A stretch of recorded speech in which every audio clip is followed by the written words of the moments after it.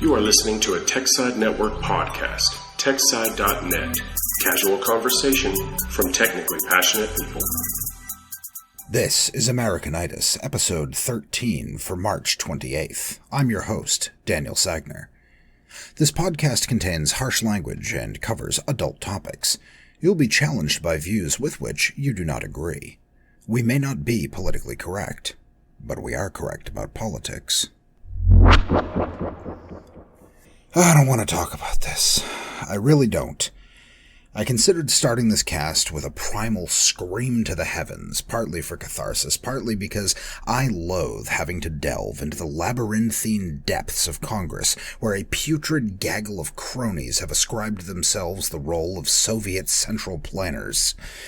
I have an instinctual reaction that comes from self-preservation that just screams, run, whenever I see their sniveling faces and rat-like hands rubbing together, desperate for my money. I am once again asking for your financial support. I play this fun game. Whenever I see a politician speaking, I imagine them holding a gun to remind myself that they represent force. They represent the ability to take what's mine without my consent. Have I made it clear that left and right, up and down, I dislike politicians? They're bureaucrats! I don't respect them! And yet, I find it necessary to talk about these vacuous piles. To be clear from the outset, I am 100% against forced wealth distribution. Full stop.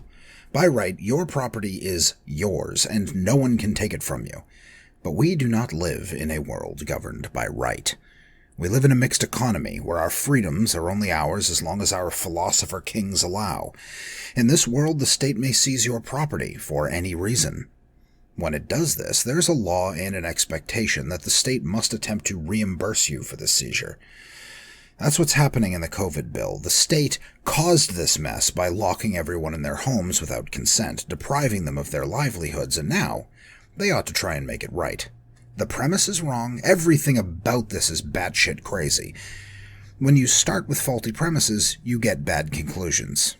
So, let's look at this shit fest, because it doesn't look like we have any other choice. Strap yourselves in, boys. First off, do you expect me to read all this shit? The current bill is north of 1,400 pages. I have better things to do, like give myself a frontal lobotomy and shove marbles up my nose.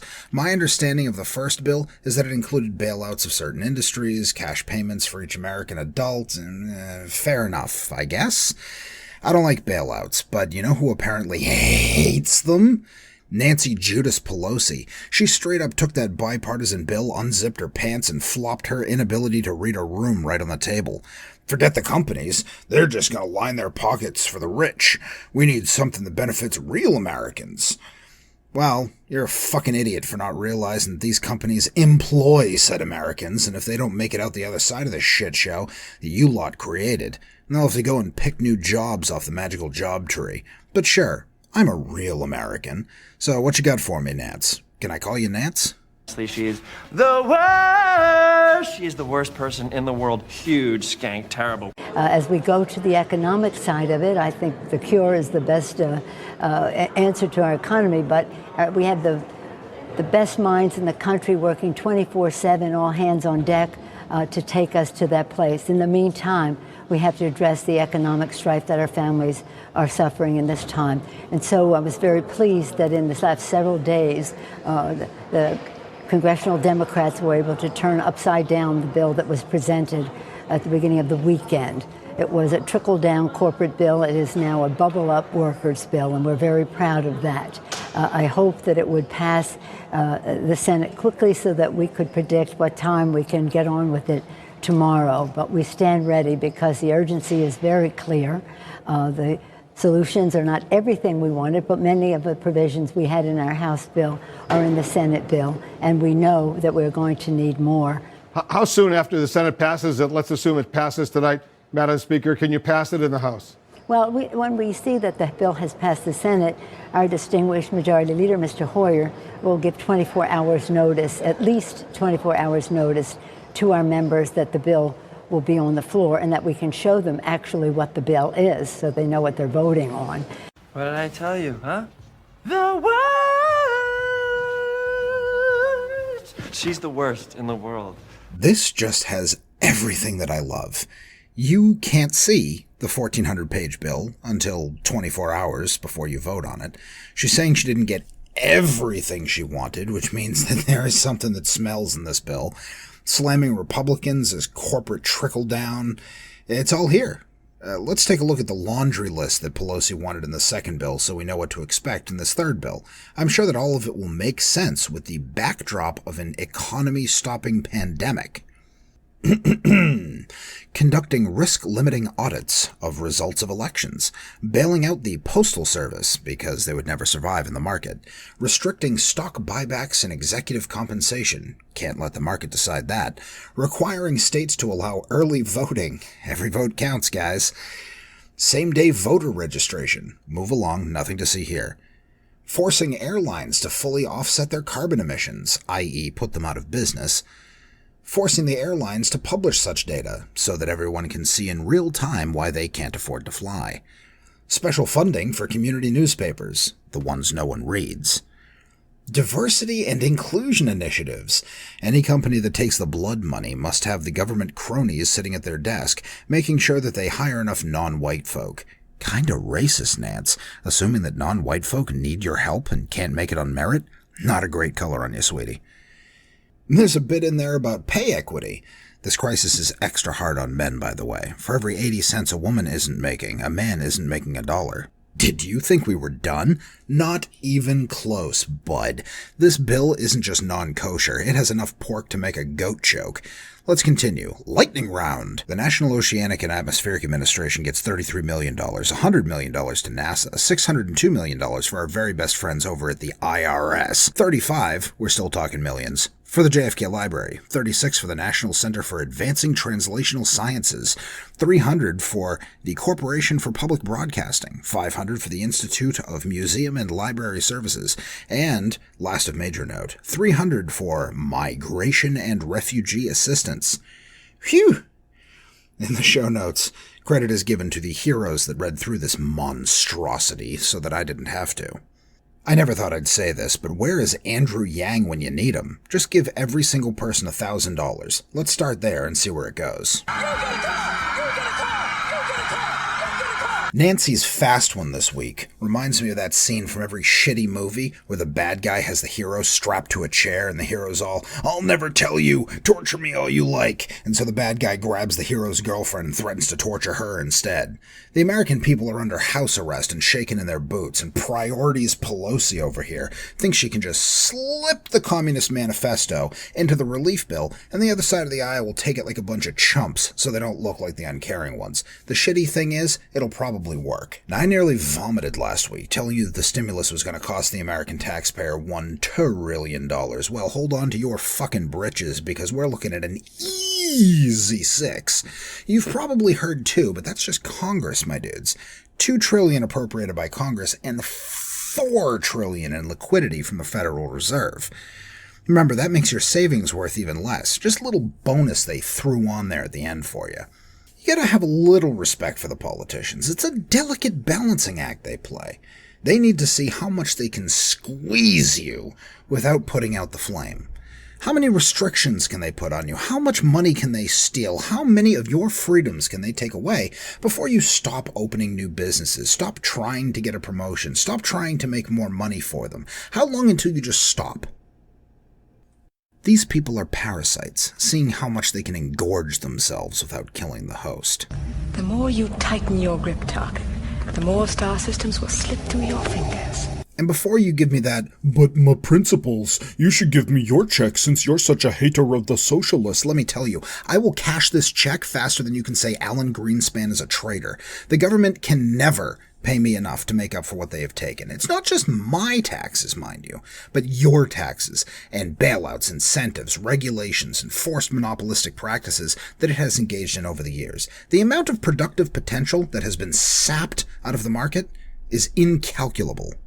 As of Thursday, when I stopped writing this, a third bill has finally been revealed that removes most of this crap and pays out to individuals and businesses. Given that Congress is the one doing it, I'm sure that it's full of shit we won't like, and handouts to their friends. For example, early reporting shows that it still includes a $25 cool million to the JFK Center for the Performing Arts and $75 million to the fucking National Endowment for the Arts. There's plenty more horseshit to be dug up, I'm sure, but don't worry.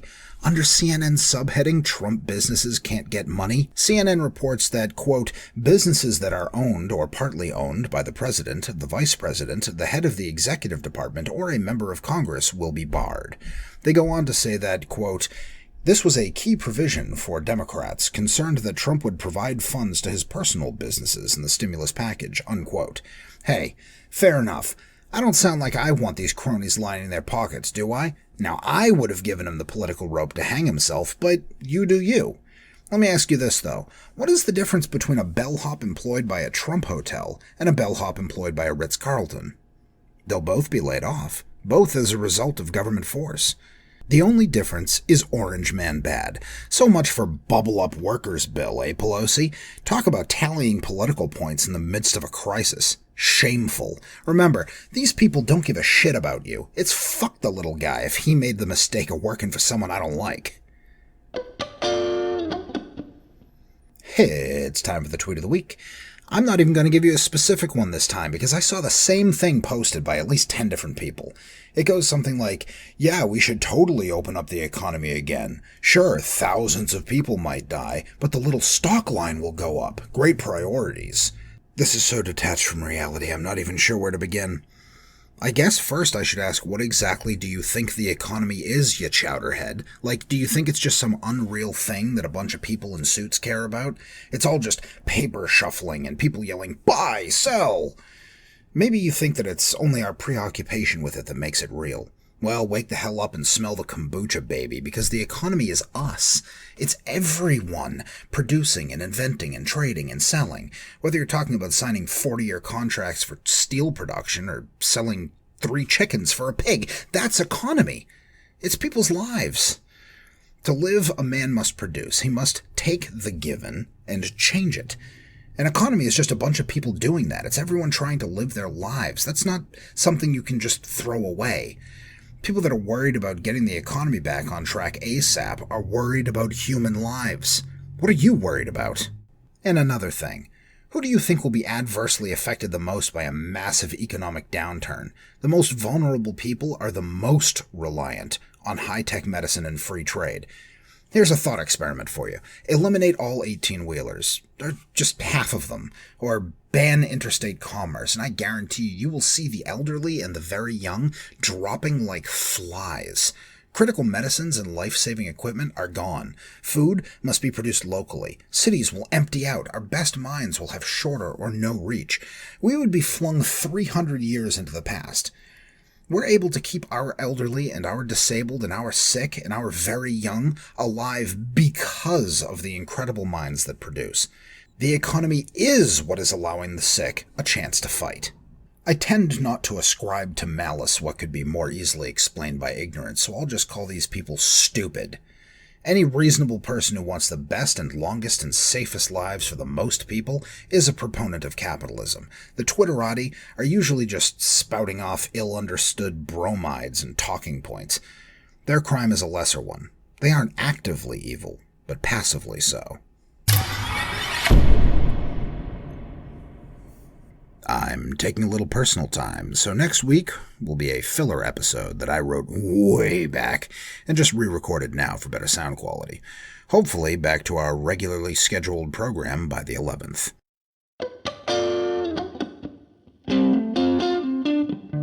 Got a topic or feedback? Reach out on Twitter. I'm at AmericanitisTech. That's the @ American, ITISTEK. Please subscribe via Apple Podcasts or Google Podcasts if podcasts are your thing. I'm also on YouTube, so remember to subscribe there. Patronize us at patreon.com/techside. Show notes are at techside.net/Americanitis. Outro music is Crying in the Delta Wind by Mother Pluckin' Bee. I thank you all for listening. Later days.